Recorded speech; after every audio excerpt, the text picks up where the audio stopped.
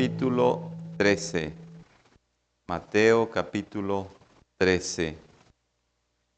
Y vamos a leer la palabra del Señor del versículo 53 al 58.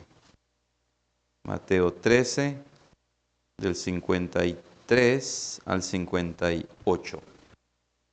En reverencia a la palabra, les pido que se pongan de pie, los que puedan, para hacer la lectura de la palabra santa e infalible, inspirada por el Espíritu Santo de nuestro Dios. Dice así, Mateo 13, 53. Aconteció que cuando terminó Jesús estas parábolas, se fue de allí. Y venido a su tierra, les enseñaba en la sinagoga de ellos, de tal manera que se maravillaban y decían: ¿de dónde tiene esta sabiduría y estos milagros? ¿No es este el hijo del carpintero? ¿No se llama su madre María y sus hermanos Jacobo, José, Simón y Judas? ¿No están todas sus hermanas con nosotros? ¿De dónde pues tiene todas estas cosas? Y se escandalizaban de él. Pero Jesús les dijo: no hay profeta sin honra, sino en su propia tierra y en su casa. Y no hizo allí muchos milagros a causa de la incredulidad de ellos. Amén. Que el Señor nos permite recibir con un corazón alegre su palabra. Oremos. Amado Señor, confesamos nuestra inhabilidad humana de poder entender con nuestra sabiduría y capacidad tu palabra, y mucho menos de transmitirla con fidelidad. Necesitamos siempre la sabiduría del Espíritu para que podamos predicar fielmente tu palabra. Ayúdanos pues, Señor, en esta tarde-noche, para que nuestro corazón sea receptible de tu palabra. Que, Señor, pueda recibir tu palabra con alegría y que nuestro Señor Jesucristo sea exaltado. En su nombre lo pedimos. Amén. Pueden sentarse, amados hermanos. El Señor Jesús en su ministerio era un gran maestro, ¿verdad? Maestro divino. Y Él enseñaba de diferentes formas. Él enseñaba mirando las aves del cielo, mirando las montañas, como ayer, ¿verdad? Tan hermosas las montañas. Miraba las aves del cielo y entonces podía enseñar de una manera tan sencilla, verdades tan profundas. Y el Señor también empezó a enseñar por medio de parábolas, que nuevamente es tomar una analogía, una comparación, ¿verdad? Algo que sucede en la naturaleza, en la realidad, y entonces de allí sacar una enseñanza espiritual. Y eso es lo que Mateo el evangelista nos dice en el versículo 53, que cuando terminó Jesús estas parábolas, se fue de allí. ¿Ok? El Señor Jesús termina de enseñar por medio de parábolas y se va de ese lugar. Aparentemente el Señor Jesús, de acuerdo con Mateo, pues se encontraba en el norte de Israel, en la región de Galilea. Estaba en una casa, de acuerdo con Mateo 13:36, cuando dice entonces: despedida la gente, entró Jesús en la casa y acercándose a él, sus discípulos le dijeron, etcétera. Vemos que entonces Jesús enseñó en parábolas a las multitudes, pero también en una casa que probablemente era la casa en la que se hospedaba en Capernaum, enseñó por parábolas a sus discípulos. Enseña a nuestro Señor por medio de parábolas grandes enseñanzas acerca del reino de Dios. que el reino de Dios es lo más valioso, es lo más precioso, es lo más importante y debemos dedicar nuestra vida entera para vivir en el reino de Dios. Debemos comprometernos con toda nuestra vida, todos nuestros recursos para servir en el reino de Dios. Pero Mateo después añade esta sección en su evangelio para mostrarnos que la enseñanza del reino no siempre produce una reacción positiva, sino que hay siempre personas que reaccionan de manera negativa a la enseñanza de Jesús.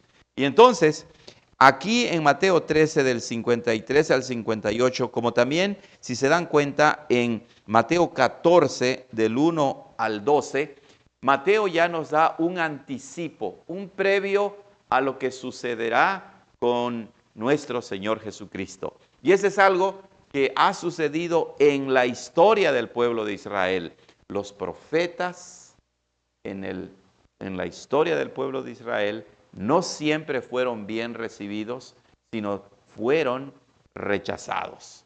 Siempre hubo oposición y nuestro Señor Jesucristo, como dice nuestro catecismo de Heidelberg, Él es nuestro sumo profeta que trae la revelación magnánime de la voluntad de Dios para nuestra salvación, que trae lo mejor para nosotros. Es como el epítome, como la cumbre, la cima de la maldad, del rechazo, de la negativa del pueblo de Israel al rechazarlo a Él y finalmente crucificarlo. Y lo vemos también nosotros ejemplificado en la muerte de Juan el Bautista. El pueblo judío rechazaba a los profetas que Dios les enviaba. Y veamos cómo se lleva a cabo este episodio en el ministerio de nuestro Señor. Versículo 54. Y venido a su tierra, les enseñaba en la sinagoga de ellos, de tal manera que se maravillaban y decían: ¿de dónde tiene esta sabiduría y estos milagros? El Señor Jesús va a su tierra, va de Capernaum, la ciudad marítima que estaba junto al lago de Galilea, que los judíos por su tamaño le llamaban también el mar de Galilea, ¿verdad? Recuerdo hace años cuando vivíamos en el medio oeste, allí en Estados Unidos, y por primera vez vimos el lago Michigan.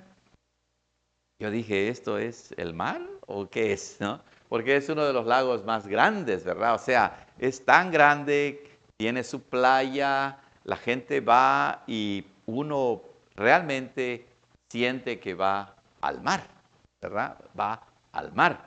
Entonces, el Señor Jesucristo vivía allí, desarrolló su ministerio y entonces regresa a su tierra, regresa a su pueblo donde Él no nació, porque Él nació en Belén de Judea, pero cuando regresaron de Egipto, sus padres no se establecieron en Belén, sino decidieron ir a Nazaret.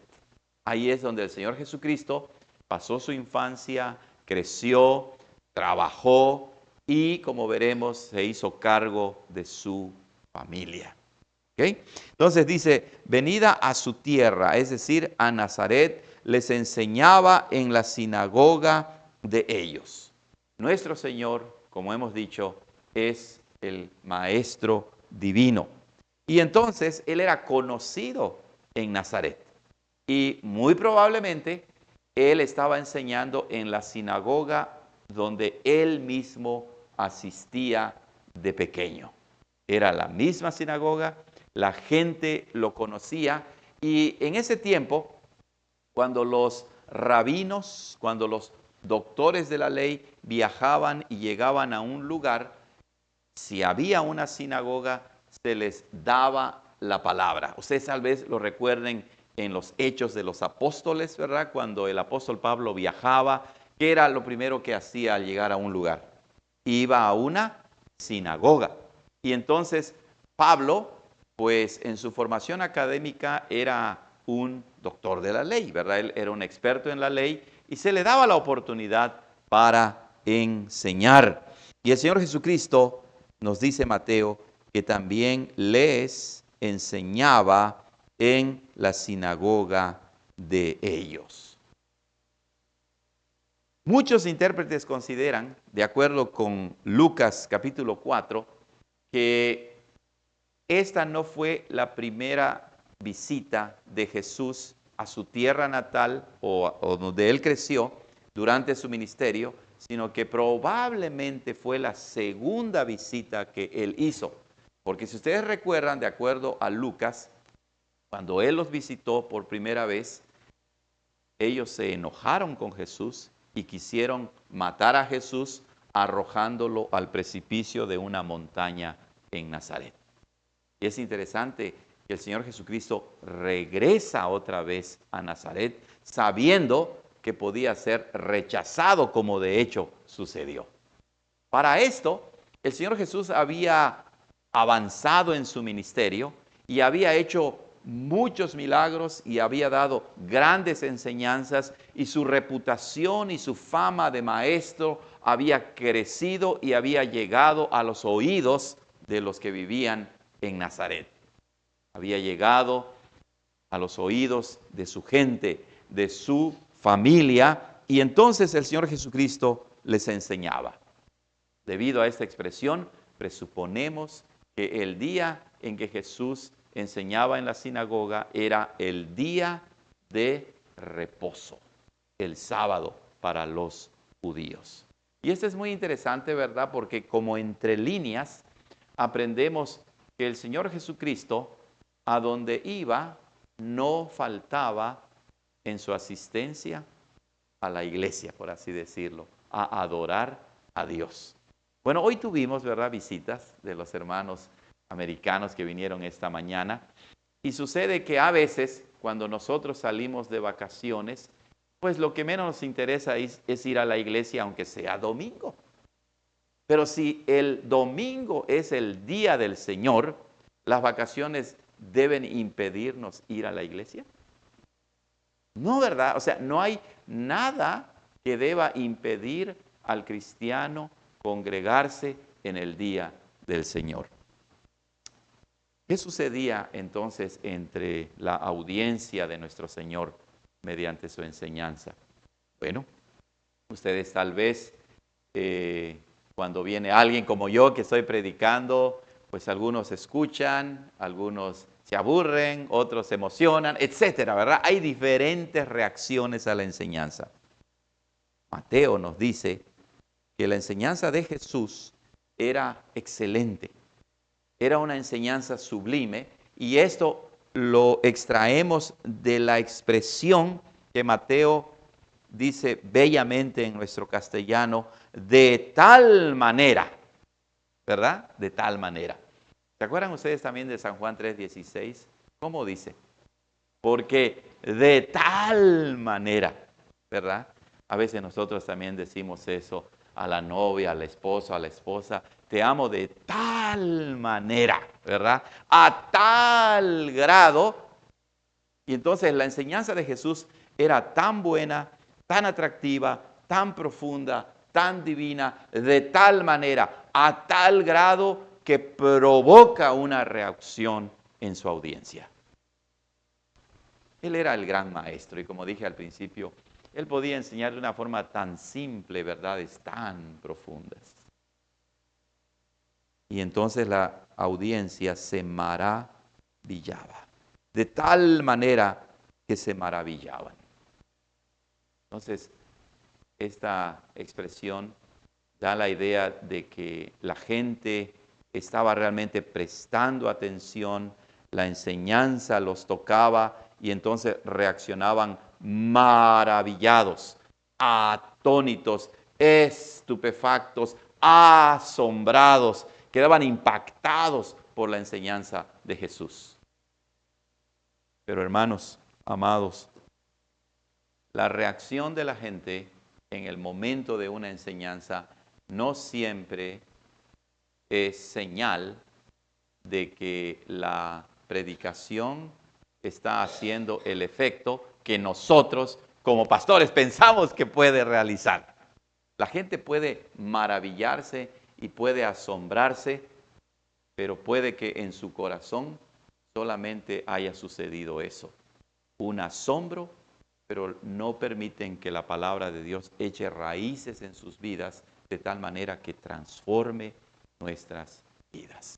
Obviamente, nuestro Señor Jesucristo, que es el Maestro Divino, sabía perfectamente, porque nos dicen los evangelistas, que Él conocía lo que había en la mente de todas las personas y no tenía necesidad de que nadie le dijera lo que la gente pensaba.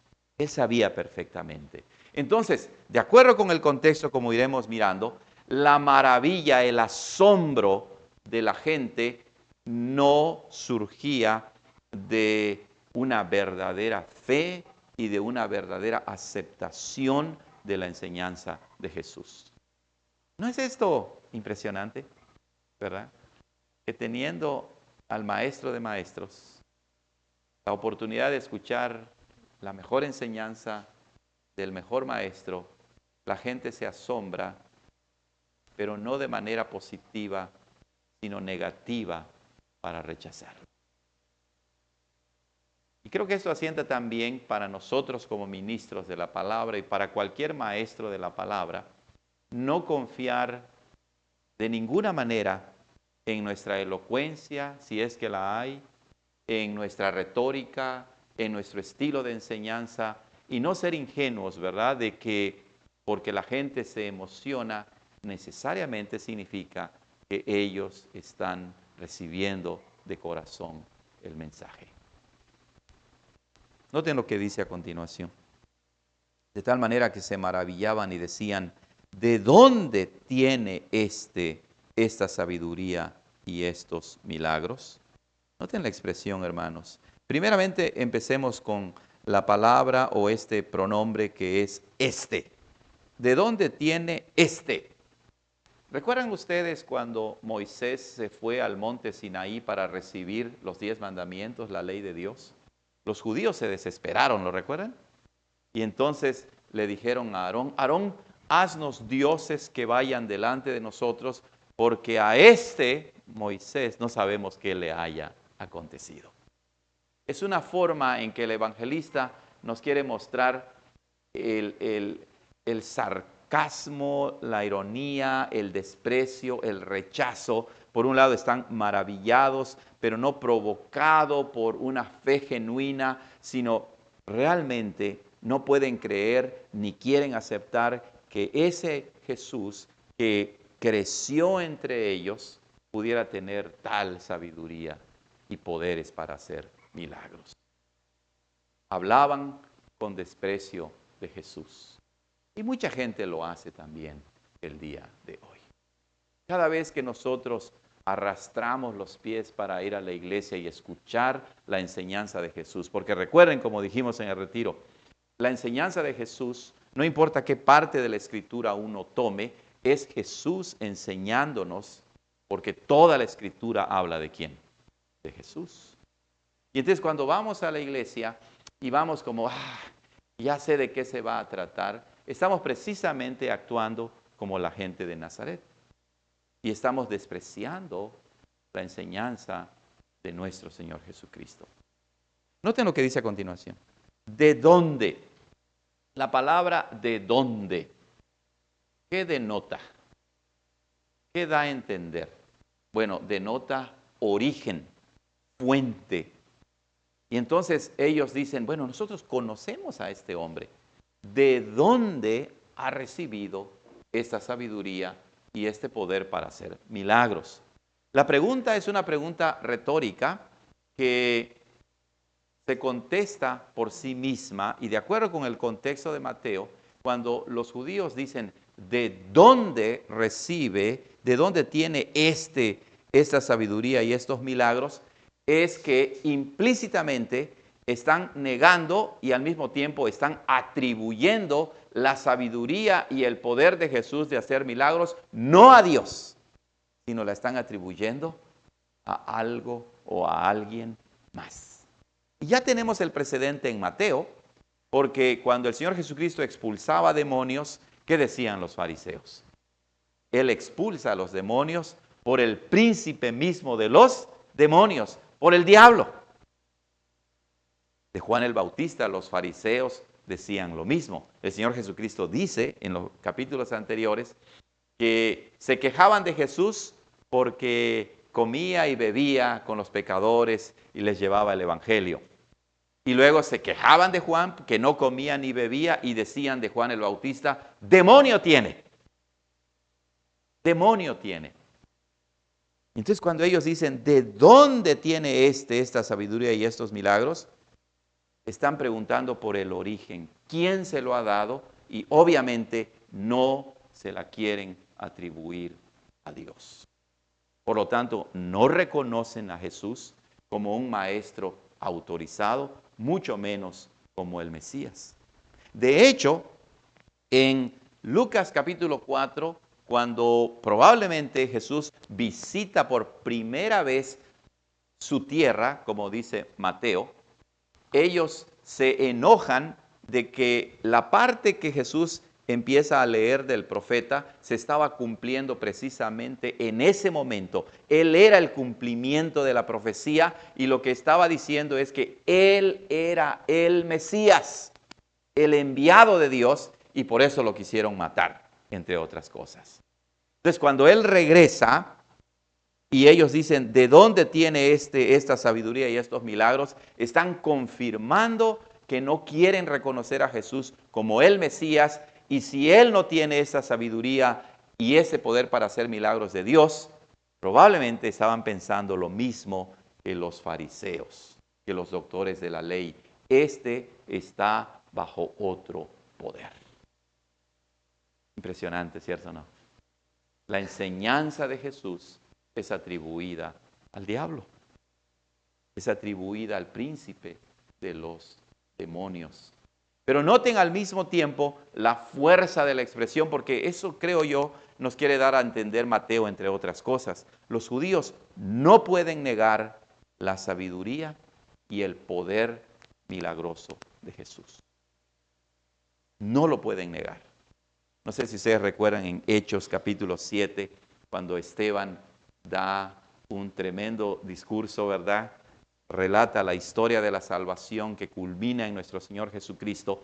Y los judíos, los miembros del concilio del Sanedrín, los doctores de la ley, lo ven y ellos se dan cuenta, ¿verdad?, que Esteban les está llevando paso a paso para que entiendan que la culminación de lo que dice el Antiguo Testamento se encuentra en Jesús. ¿Y qué fue lo que ellos hicieron? Sí, pero la reacción antes de matarlo, ¿cuál fue? Dice que se taparon los oídos, rechinaron los dientes, cerraron los ojos y se abalanzaron sobre Esteban. Qué impresionante el odio que provoca el Evangelio. No nos debe sorprender, amados hermanos, que la gente odie, desprecie y se burle de nosotros. No debe sorprendernos. De allí que cuando vemos estadios llenos y la gente riéndose y el pastor haciendo chistes, ¿no? Y todos felices y contentos, lo más probable es que no se está predicando el Evangelio. La maravilla de la gente, el asombro de la gente, como dije, de ninguna manera es indicador de que allí se está recibiendo el mensaje y mucho menos de que se esté predicando el verdadero Evangelio. Por otro lado, ellos miran la persona de Jesús, miran la sabiduría divina de Jesús, miran el poder que Cristo tiene de hacer milagros y no creen. Y digo esto por lo siguiente. Hay personas que quieren ver milagros. Los judíos eran así, ¿verdad? El apóstol Pablo dice, los judíos piden ¿qué? Señales, y los griegos piden ¿qué? Sabiduría. Y hay gente que dice, si yo tan solo viera esto, si tan solo mi pastor enseñara de esta manera, Si tan solo empezáramos a indagar en el libro de Apocalipsis y vayan ustedes a saber qué están pidiendo. La gente piensa que por ver milagros y milagros, entonces realmente van a creer en Jesús. Nadie puede creer en Jesús a menos que el Espíritu Santo los cambie. A menos que nos dé un nuevo corazón que reciba al Señor Jesucristo tal y como Él está revelado en las Escrituras. Otra idea aquí, hermanos, es la siguiente. Y eso es lo que nos comunica el versículo 55. ¿No es este el hijo del carpintero? ¿No se llama su madre María y sus hermanos Jacobo, José, Simón y Judas? ¿No están todas sus hermanas con nosotros? ¿De dónde pues tiene todas estas cosas? Esto denota que nuestro Señor Jesucristo creció como un niño común y corriente, por así decirlo, en Nazaret. El Señor Jesucristo, de acuerdo con los estándares académicos de ese tiempo, no asistió a una escuela rabínica. No estudió, por ejemplo, bajo el gran escriba, ¿se acuerdan? Doctor de la ley que era famoso en ese tiempo y se relata en el libro de Hechos, ¿se acuerdan su nombre? Pablo dice que estudió a los pies de Gamaliel. El Señor Jesucristo no fue a una escuela de rabinos. La gente decía, lo conozco, yo sé quién es, conozco a su familia, conozco a su madre, conozco a su padre. Y ellos lo decían así, ¿no es este el hijo del carpintero? De hecho, Marcos, en el capítulo 6, dice, ¿no es este el carpintero? Entonces lo ubicaban como el hijo del carpintero y también como el carpintero. Eso es bien interesante porque sugiere que nuestro Señor Jesucristo crece y entonces su padre adoptivo, que es José, le enseña el mismo oficio que él tenía.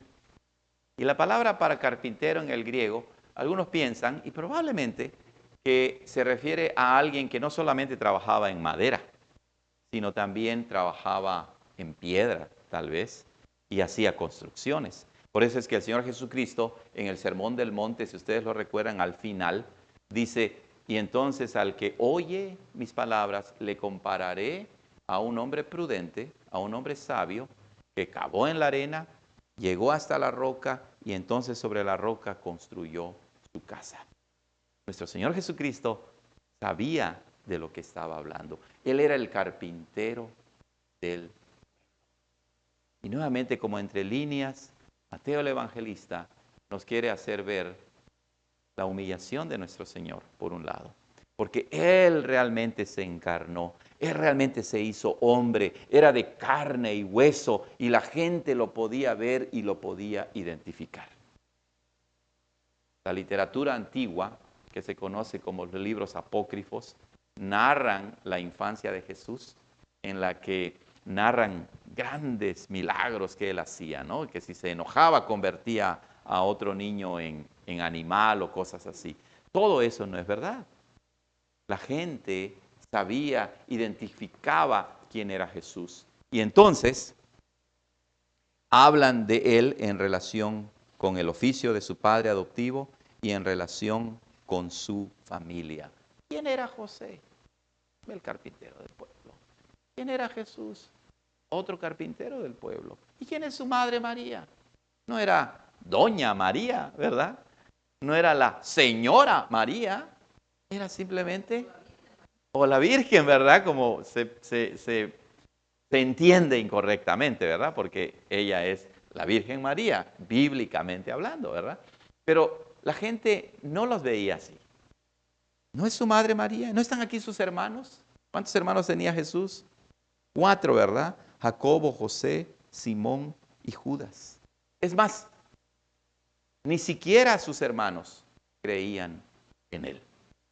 Sus hermanos mismos lo despreciaban y lo rechazaban. ¿Y no están aquí también sus hermanas con nosotros? Aparentemente sus hermanas se habían casado y seguían viviendo en Nazaret. Aquí está toda su familia. Lo conocemos. Estaban tan familiarizados con Jesús que no podían ni querían aceptar que Él era el Hijo de Dios, que Él era el Mesías. Y entonces la sabiduría y el poder para hacer milagros se la atribuían al diablo.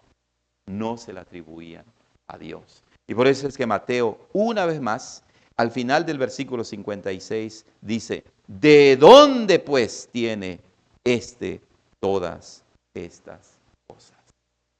¿De dónde? Y Mateo culmina la reacción de la gente diciendo, y se escandalizaban de él. La palabra escandalizar es una palabra interesante en el griego original. La palabra escandalizar para nosotros, pues, significa que sucedió un escándalo, ¿verdad? Algo dramático. Y contiene esa idea, pero la idea original es de que vas caminando en el camino y hay una piedra con la que te tropiezas y entonces caes. Entonces Jesús era piedra de tropiezo. ¿Se acuerdan cuando nació Jesús y entonces Simeón y Ana, esos dos viejitos, llegaron al templo en la presentación de Jesús? Le dijo Simeón a María que Jesús iba a ser una señal que sería, ¿qué? Contradicha, ¿verdad? La gente iba a contradecir. Para ellos era piedra de tropiezo, en lugar de ser la piedra inconmovible, la roca sólida sobre la cual deberían pararse y decir, sí, Señor, creo en ti. En lugar de reconocer que este niño, joven, adulto, que creció durante 30 años en Nazaret, podía tener esta sabiduría y estos poderes de hacer milagros porque Dios estaba con él, como lo reconoció Nicodemo. ¿Se acuerdan? Cuando Nicodemo habla con Jesús a solas en la noche, le dice, nadie puede hacer las obras que tú haces si Dios no está con él. Pero estas personas dijeron, no, no lo queremos y lo vamos a rechazar. Y entonces decidieron caer sobre la roca. Y dice la palabra que hay de aquellos que caen sobre la roca porque serán quebradas. Y peor aún, hay de aquellos sobre quienes caiga esta roca porque los desmenuzará. Los algo así, ¿verdad? Los hará pedazos, los hará trizas, ¿verdad? Hermanos, están rechazando a la roca inconmovible, a la roca de los siglos, a la roca eterna. Bello himno, ¿se acuerdan? Roca de la eternidad. Cristo es la roca. Ayer tuve una plática con uno de los señores que se hospedan ahí en casa del pastor. Y entonces me decía que Pedro era la roca. Y yo le explicaba que la roca en realidad es Jesús. Porque el mismo apóstol Pedro, en primera de Pedro, dice, acérquense a él, quien es la piedra viva, la roca viva. Hermanos, si rechazas a Jesús, estás rechazando a la roca de la salvación. Quien rechaza a Jesús, rechaza su persona, su obra y no tiene esperanza. Se escandalizaban de Jesús, tropezaban, caían y lo negaban. Ahora yo te pregunto, hermano, hermana, ¿te escandalizas de Jesús? Todos somos débiles, ¿cierto o no? Nuestro corazón a veces está dividido. Lo comprometemos. Cada uno de nosotros sabe cuando está actuando mal. Y entonces nuestro pastor llega y tiene que hablar con nosotros. Y créame que para nosotros como pastores no es fácil, ¿verdad? Ni lo queremos hacer, pero tenemos que hacerlo si queremos ser fieles a nuestro Señor Jesucristo. Entonces uno habla y te dice, mira, la Escritura enseña esto. Jesús enseña esto. Y entonces nos escandalizamos. Nos escandalizamos y decimos, no, esto no es correcto, no me gusta, no quiero, incluso cuando Jesús mismo lo enseña. Cuando Jesús mismo nos dice, es así como debes vivir. Recuerden, estos que se escandalizan son el pueblo de Dios, que conocían a Jesús. Nosotros también nos escandalizamos de Jesús. Gracias a Dios no caemos eternamente, pero en nuestra vida cristiana tropezamos y caemos, nos molesta, nos enfada. Y evitamos incluso hablar con nuestro pastor y decir, uy, ahí viene este. No quiero hablar más, ya no quiero más hablar con el pastor. El escándalo que Jesús. Sí, hermanos, esa es la realidad. Esta es la realidad de un corazón, ¿verdad? Cerrado al Evangelio, o un corazón incluso de un cristiano que se endurece y nos escandalizamos de Jesús. Pero Jesús les dijo, no hay profeta sin honra, sino en su propia tierra y en su casa.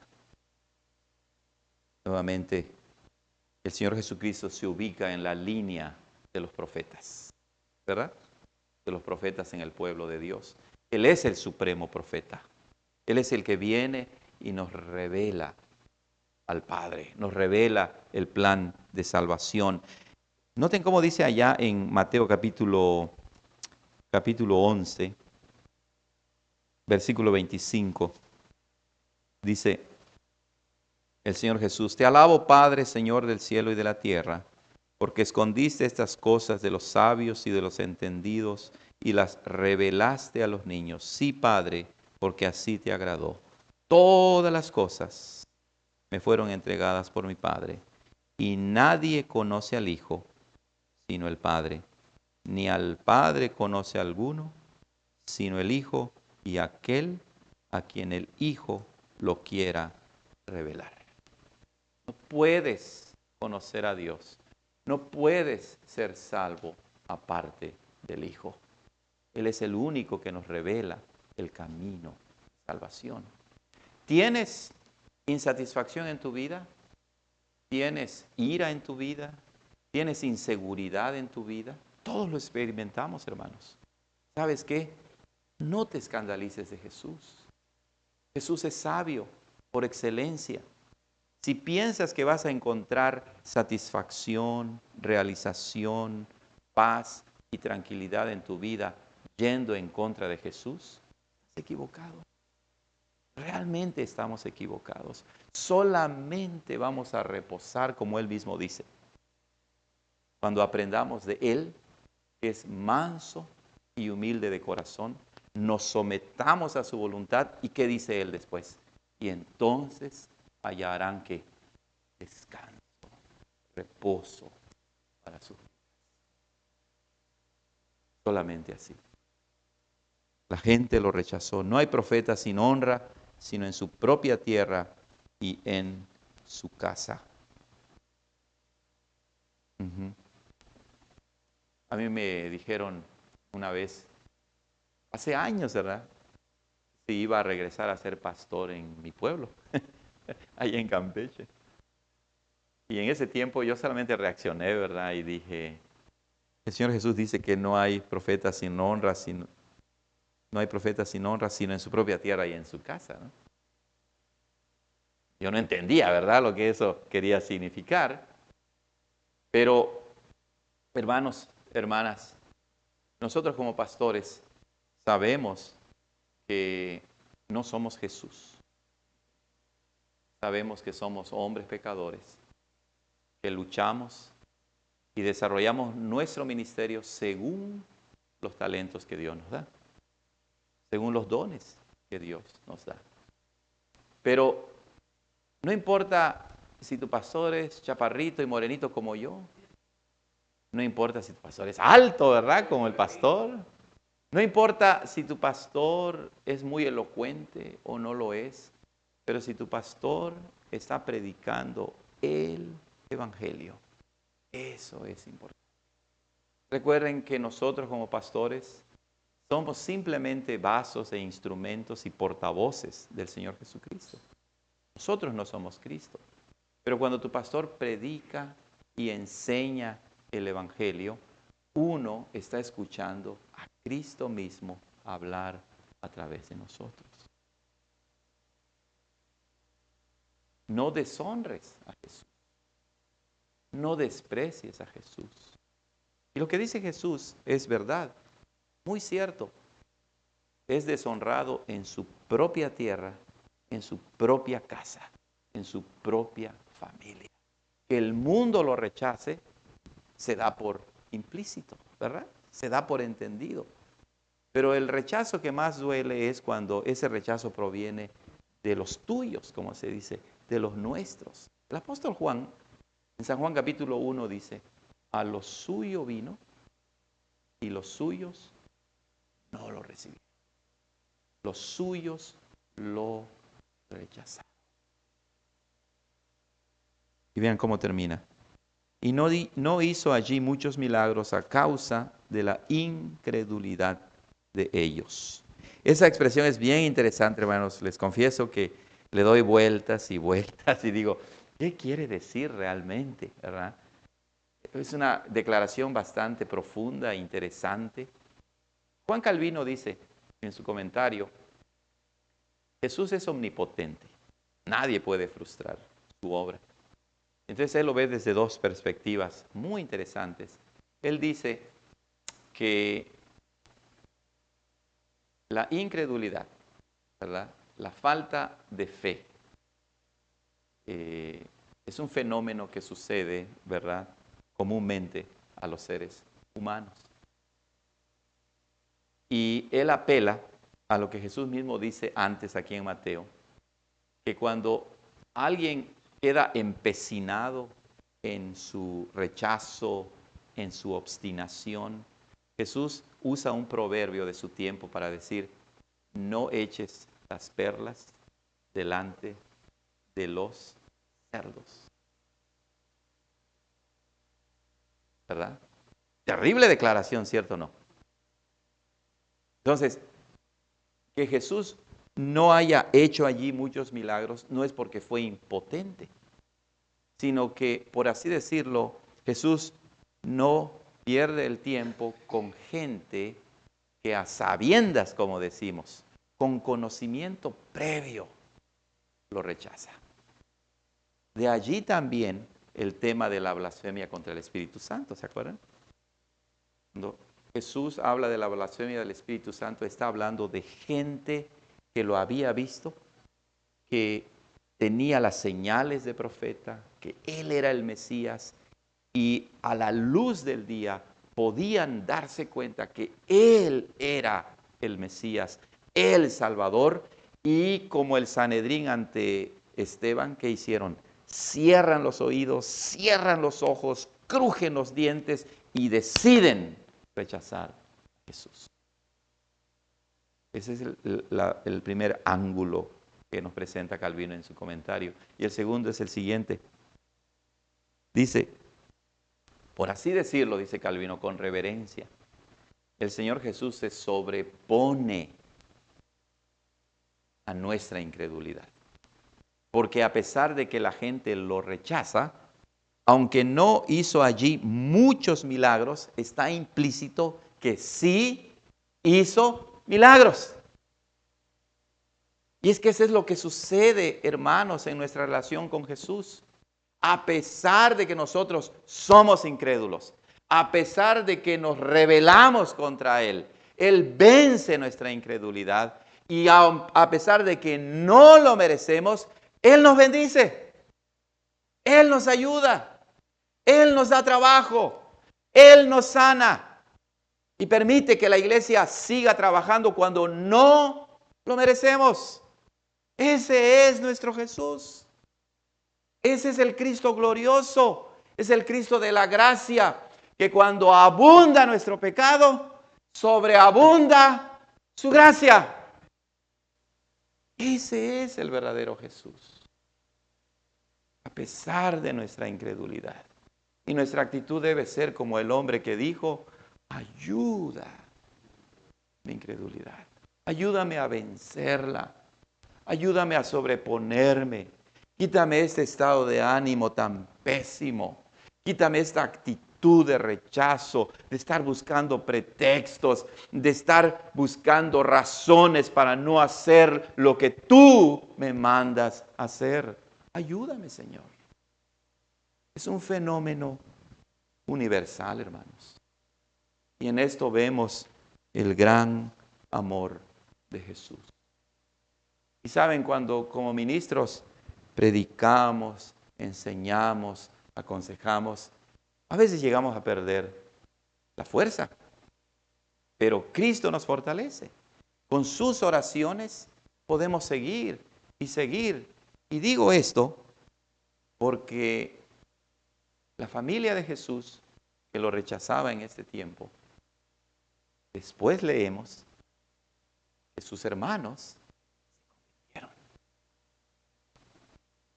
Y Jacobo llegó a ser una columna, un pilar en la iglesia de Jerusalén. Probablemente Judas fue escrito por el hermano de Jesús. Ellos lo rechazaron, pero Jesús no cedió. Como dice Calvino, luchó y luchó ante su incredulidad, trabajó en ellos, les mostraba su gracia y su misericordia, y nada de lo que él hizo fue en vano.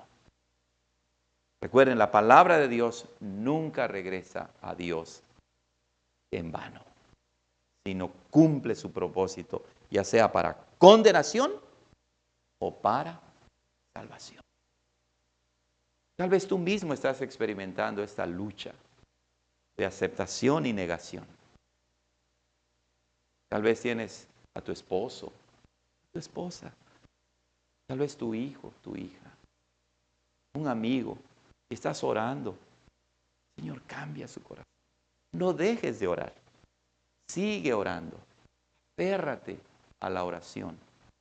Porque tenemos a un Dios, a un Salvador, que nunca se rindió, que siguió y fue fiel hasta la muerte. Y qué grato es, ¿cierto o no? Cuando vemos que aquel o aquella que era rebelde, que estaba endurecido, viene a los pies de Cristo. Y Jesucristo le extiende su gracia y su misericordia. Oren por nosotros, hermanos. Oren por su pastor. Oren por su esposa. Oren por los líderes de la iglesia. No es fácil el trabajo. El trabajo es duro. En Estados Unidos el ministerio es bastante singular entre los hispanos.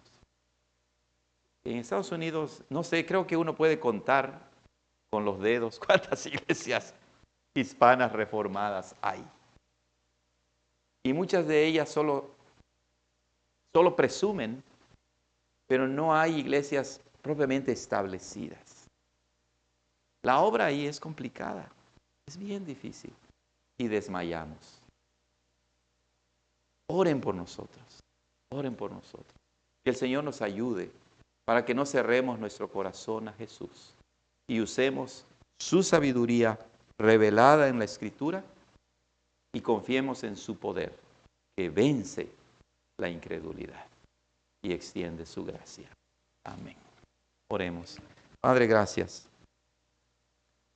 porque estamos parados sobre la roca eterna. La roca que no nos ha desmenuzado, sino que es nuestro escondedero fiel, en quien nos hemos refugiado para salvación. Y estando unidos a Cristo y refugiados en Él, nada ni nadie podrá destruir nuestra salvación. Gloria sea a ti, Señor, por levantar esta hermosa congregación el Mesías aquí en Puerto Vallarta. Ayúdanos a amarte con un corazón íntegro, completo, sin compromiso. Ayúdanos a orar, ayúdanos a compartir el Evangelio y que la gente venga y conozca al verdadero Jesús. ¿Cuánta gente se maravilla, se asombra, pero no es ante el verdadero Jesús ni por las verdaderas motivaciones? Concede que el Mesías continúe predicando y enseñando al Cristo de la sabiduría y al Cristo poderoso, en cuyo nombre oramos. Amén.